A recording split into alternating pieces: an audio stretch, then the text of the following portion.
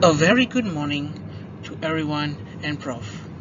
Today I would like to present my proposal, which is entitled of the establishment of in vitro culture of ginger professional. Before that, I would like to introduce myself. My name is Pavitra Anlaki Veerasingam and my metric number is 194266. I've been supervised by Prof. Dr. Norihan. Based on my written proposal, these are the objectives that I'll be obtaining from my proposal. The first is to induce the shoot bud formation in nodal region of ginger. Second is to induce the multiple shoot formation from shoot bud explant. The third is that to determine the growth rate of plantlets derived from multiple shoots. And lastly is to develop the acclimatization process for tissue culture plantlet of ginger. Let's talk about the basics of ginger. Well, ginger contains many species worldwide. In numbers, we could say that it's about 1,200 species and about 15 genera. Well, only in Malaysia, there are about 160 species and 18 genera, based on the Lawson's article. Most of the gingers are native to Southeast Asia, and ginger is a pungent herb. The uses of ginger contain three main uses. Which first, they normally use ginger as a cooking spice, which we can use in any type of delicacies and cooking methods. Second is we'll use as a food additive, which will give a unique taste when added on certain foods such as chicken, goat, or even seafood. This method is used more than 4,000 years. And lastly, it can be used as a medicine, which has been used for more than 2,500 years. The nutrition facts about ginger is contained of many types. The nutrition facts can be that the ginger is cholesterol free, fat free, sodium free, gluten free, low calorie, and sugar free. So basically, it's good for all of us. Ginger is rich in nutrients such as vitamin C, potassium, magnesium, and so on. And the main chemistry in ginger that can be found only in ginger are gingerols and sugars. Ginger is an anti-inflammatory product. Studies suggest that ginger can lessen the production of inflammatory stimulants, which will make our body feel more relaxed. Ginger also helps to detoxify the body. So it's basically good for cold or flu season and helps to rid the body of toxins. Ginger also can help on maintaining the bone structure and prevent osteoarthritic patients from getting the disease. And ginger can also prevent indigestion, stomach discomfort, cramps, diarrhea, constipation.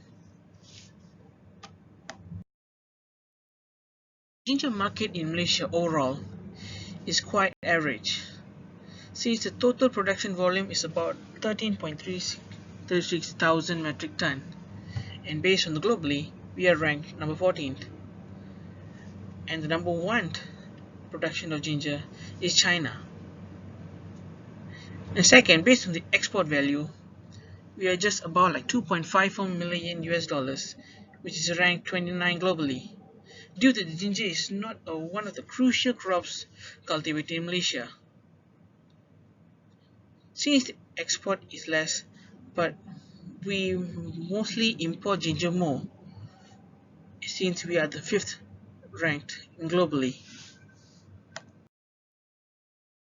From this table, we can know that we are very less concerned about ginger exportation, since the top 3 countries that export ginger are China, Thailand, and Netherlands. These countries contain high technology and they cultivate in large areas and they contain high knowledge in this industry since they have been used ginger since many years. And from the importing countries, we are in number 5th since I've already last described from the previous slide. So the demand of our ginger is very large, but we cannot produce enough ginger to sustain the demand to the world. The problem that we have faced when during planting ginger traditionally is that when planted ginger in the soil, they contain a pathogenic bacterium called the R. solonacrum, which is a soil-borne disease. So it colonizes the xylem, which causes the bacterial wilt, as you can see as the white spots circling around the ginger. Second, it can cause plant stunting, which is based on the disease, which can be grown poorly and may be stunted. Next are the rotten rhizomes, which can be seen often discolored. Then, the discoloration of vascular tissues. Well, this problem for the ginger, it normally propagates by the rhizome with a low proliferation rate. So it just sometimes did not produce enough rhizome to get the sustainable ginger from a plant. And lastly, by producing a ginger plant, the growth is not uniform. So not all the plant will produce the same amount of ginger. Some may die, some may be still alive. And from this, we cannot meet the demand by locally and internationally. To prevent this, we can give an idea that we can use in plant tissue culture, which is one example is an in vitro culture technique to propagate the ginger growth. By comparing both the traditional method and the plant tissue culture, so based on the traditional method, it will take a longer period and a large number of rhizomes to initiate new plants, and also it's prone to diseases and it's dependent on the seasons. While for the plant tissue culture, it is needed a short period of time and a small amount of tissue to obtain a large amount of plant, and it's most likely non-disease and it can be processed throughout the year. So based on the literature review that I've pinpointed, we can use the nodal bud as the best region, which is the shoot buds that will be shown from this picture. So based on the MIRI 2020, the auxiliary buds contain high meristematic tissues which can make the rate growth when using this bud is higher than using the cells from the shoots. Concentration of BAP and ANA. So based on the Abbas et al., by using high concentration of BAP, we can record the highest percentage of shoot multiplication on MS. And from the concentration of IA must be lowered to avoid the initiation of callus. And finally, the technique that can use in this experiment that I propose is using the thin cell layer culture, because it shows that the high density of embryos from the reduced number of cells can be obtained by using this system, and results high number of cells which induce the morphogenetic process. In my suggestion, the suitable solution for this is multiplication from node by using thin cell layer culture. Experiment design, I will be determining the MS medium with different concentration of BAP and AA. So from the shoot initiation, the MS medium I'll be using 3 different conditions, which the concentration of Na is constant but the concentration of BAP is different. And for the root initiation, I'll be differentiate the concentration of Na and constant the BAP concentration. And finally, during the acclimatization process, I'll be using the greenhouse chamber. So for a sample, is basically in a culture flux, it contains 4 explants, which is the node slice. So based on the methodology, so first I will cut the nodal part of ginger, then I'll surface sterilize it. This is the place where I will cut the ginger and surface sterilize.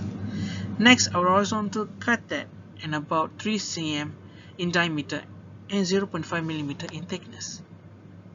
Then I'll transfer the explant into 4 in 1 culture flask, which contain the shooting medium. And then I will store for a week in 25 degrees Celsius in the light. Then I'll transfer the shootlet into the room, and then I'll store for a week in the dark and record the number of plantlets. Finally, I will prepare the acclimatization process. Expected results from this is that the number of shootlets produced per explant may be obtained 7 to 9 shootlets with a success rate of 80% to 90%. And the plantlets produced from each culture flask, I may obtain 35 to 40 plantlets with a success rate of 90% to 99%. So this is the Gantt chart that I will be using during my experiment. Reference. So thank you very much and have a good day.